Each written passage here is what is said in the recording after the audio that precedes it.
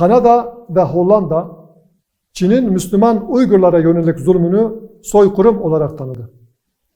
Dini ve etnik kimliklerinden dolayı yıllardır ayrımcılığa maruz kalan ve eğitim kampı olarak tanıtılan asimilasyon kamplarında işkenceye uğrayan Uygurlar, İslam dünyası tarafından sahipsiz bırakılmıştır. Çin'in Uygurlara yönelik hak ihlalleri defalarca belgelenmiş ve ifşa edilmiştir.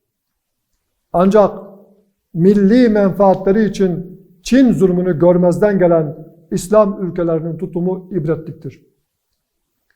Uygur Müslümanlarının ibadet ve aile kurma gibi temel haklarına dahi müdahale eden Çin, devlet terörü uygulamaktadır. Bugüne kadar ekonomik ve siyasi menfaatleri nedeniyle harekete geçmeyen İslam ülkeleri, Çin'e karşı artık harekete geçmeli, Müslüman Uygurlara yapılan muameleleri soykırım olarak kabul etmelidir.